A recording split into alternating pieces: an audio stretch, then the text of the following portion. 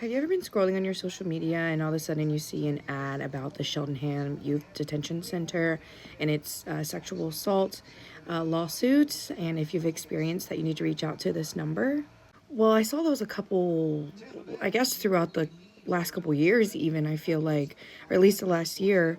And I also came across a video of somebody talking about the unmarked graves at Boys Village. And y'all, the deep dive that I did it so you don't have to, okay? I had been aware of the center throughout my time living out here throughout high school, living right directly behind it. It's also where I lived for a couple of years. But I can't lie, I knew Boys Village or the Cheltenham Detention Center for what it is today. I had no idea about the history, partly probably because I didn't grow up in this area. I grew up in a different part of PG.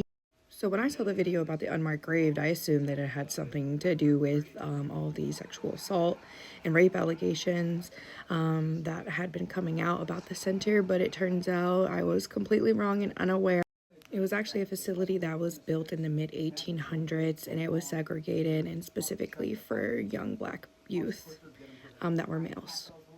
And even after slavery was outlawed, this facility still participated in manual labor of these boys, even giving them to white farmers to do work for them. So basically legal slavery.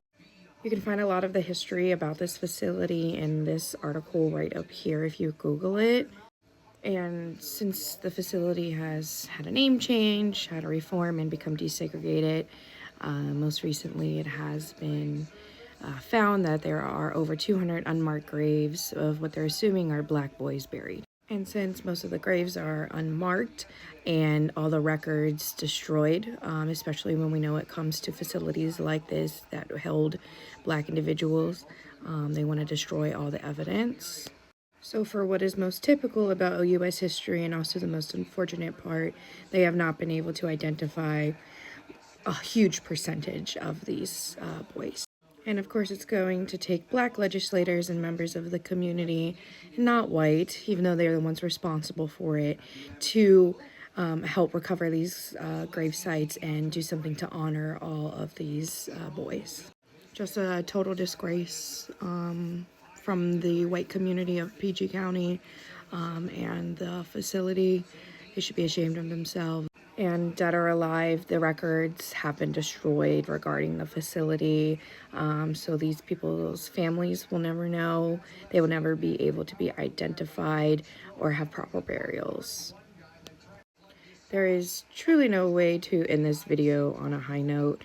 So I'm just going to end it there. Thanks for tuning in to Ash Reporting for Duty.